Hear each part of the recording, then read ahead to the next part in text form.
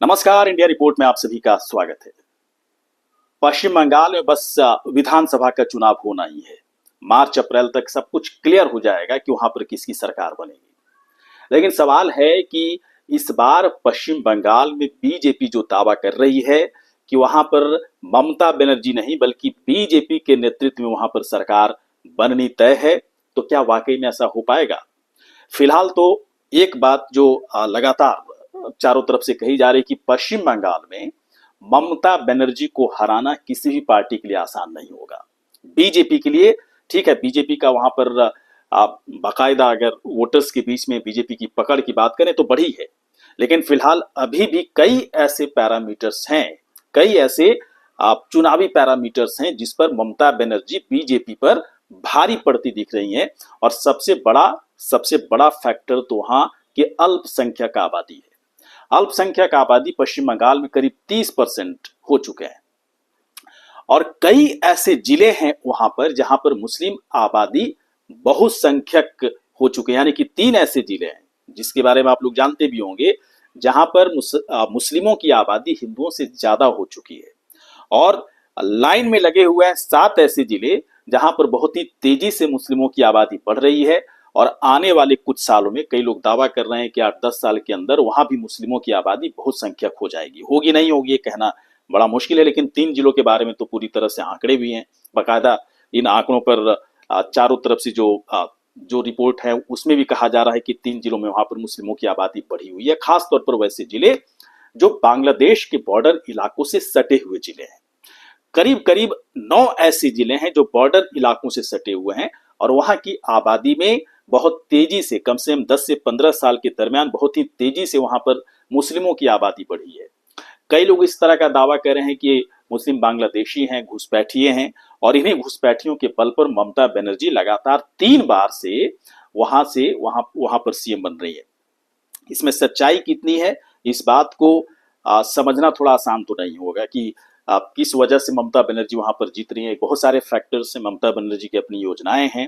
ममता बनर्जी एक बड़े कद की लीडर हैं, पश्चिम बंगाल में काफी लोकप्रिय है और उनका पश्चिम बंगाल के लिए जो एजेंडा है उस आधार पर वो लगातार जीतती आ रही है, ये भी एक फैक्टर है। लेकिन साथ ही साथ कई लोग ये भी दावा कर रहे हैं कि अल्पसंख्यक समुदाय की तरफ से फुल सपोर्ट ममता बनर्जी को मिल रहा है और इस वजह से लगातार वो जीतती आ रही है। पिछली बार बीजेपी ने बेहतरीन प्रदर्शन किया था वहां पर, लेकिन इस बार बीजेपी कह रही है कि उसकी ही सरकार बनेगी। लेकिन बीजेपी के लिए कह सकते हैं एक झटके की तरह है।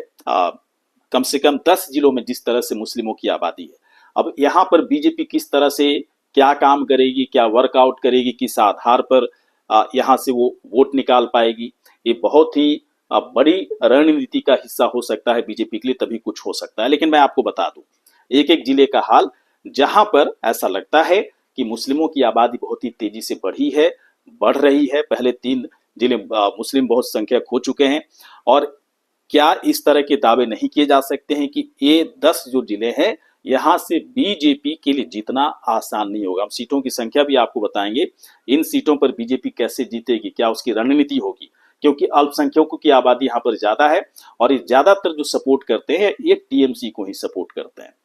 कुछ पार्टियां जैसे हुमायूं कबीर की तरफ से दावा किया जा रहा है कि हम नुकसान पहुंचाएंगे, लेकिन कितना इफेक्ट होगा कहना बड़ा मुश्किल है, क्योंकि अभी बहुत ज्यादा इन्फ्लुएंस उनका अभी तो नहीं दिख रहा है मुस्लिम आबादी के अंदर।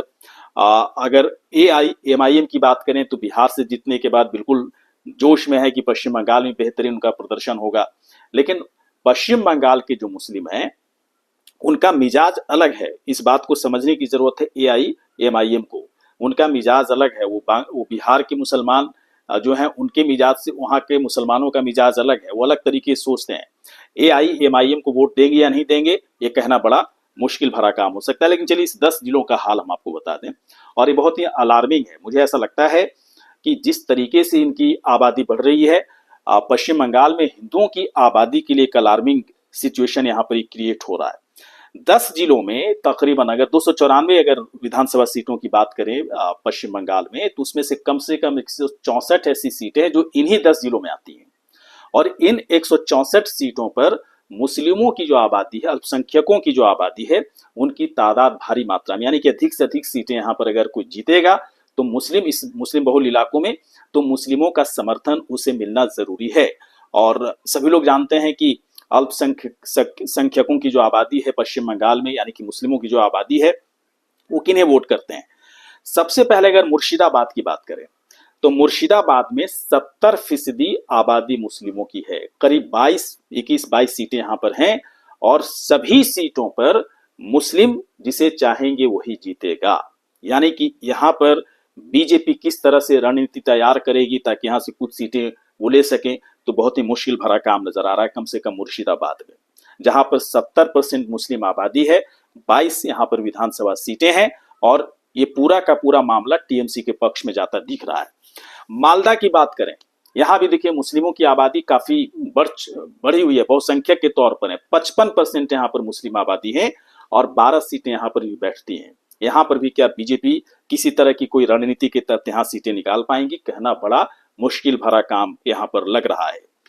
तीसरा जो जिला है, यहां पर भी जो मुस्लिम बहुसंख्यक हो चुके हैं पश्चिम बंगाल में, वो है उत्तर दिनाजपुर। 51 से 52% मुस्लिम आबादी है यहां पर, और यहां भी वही जीतेगा जो मुस्लिम चाहेंगे। यानी कि यहां पर भी टीएमसी की पकड़ जैसे कि मुर्शिदाबाद में, मालदा में है, उसी तरह से उत्तर दिनाजपुर में।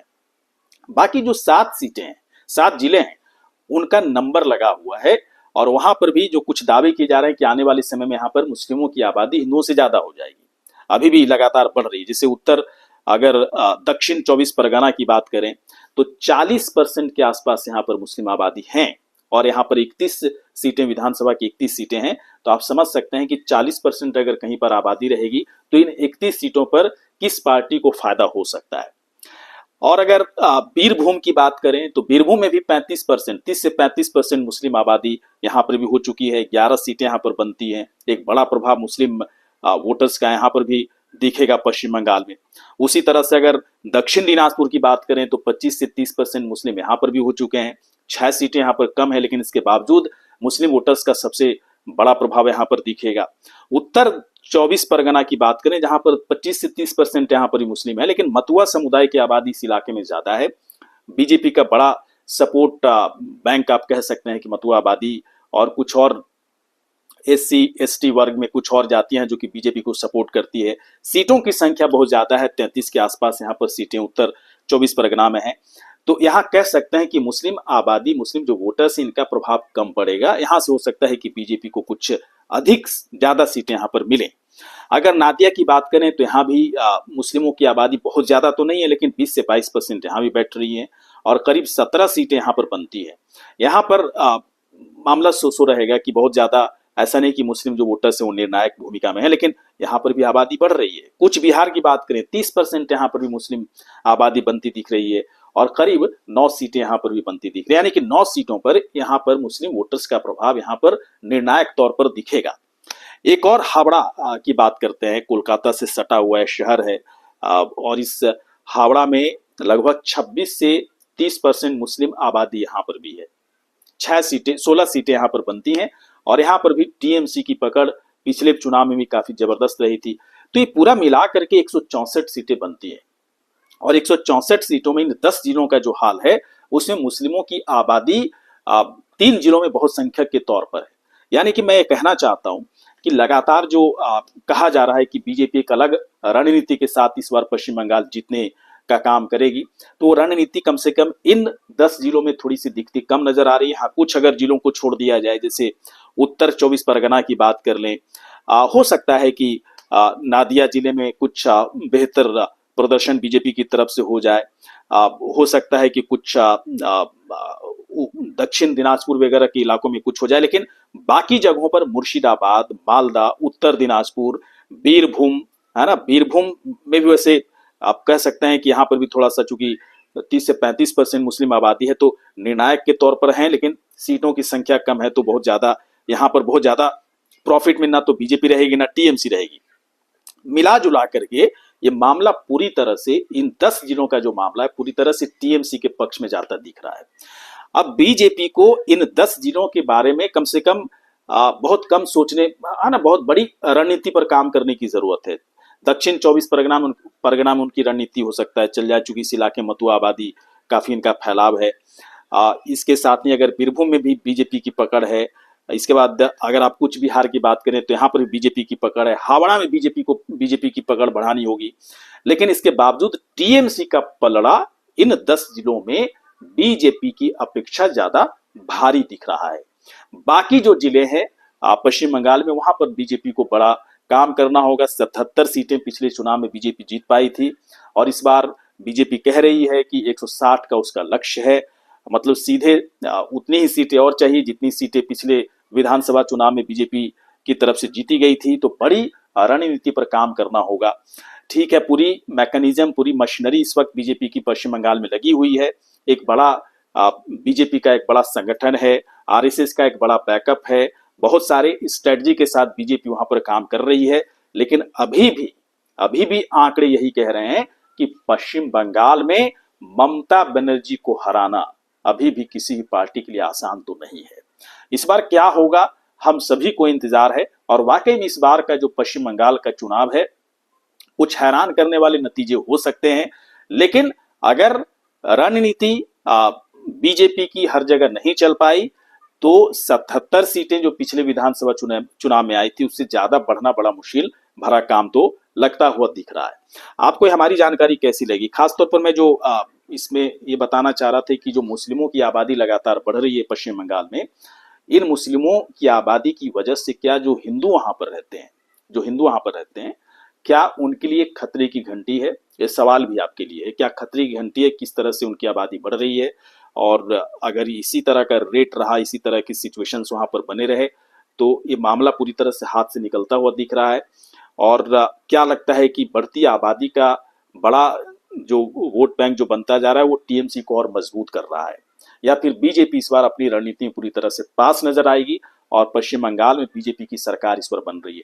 आप अपनी राय दीजिएगा इस पर। क्या आपको लगता है? ये जानकारी आपको कैसी लगी? अच्छी लगी हो तो आप तुरंत में सब्सक्राइब करें, लाइक करें, वीडियो को आप शेयर कर सकते हैं। कुछ कहना चाहते हैं, कुछ अपनी राय रखना चाहते हैं तो कमेंट बॉक्स पर जाकर अपनी राय भी आप रख सकते हैं। नमस्कार।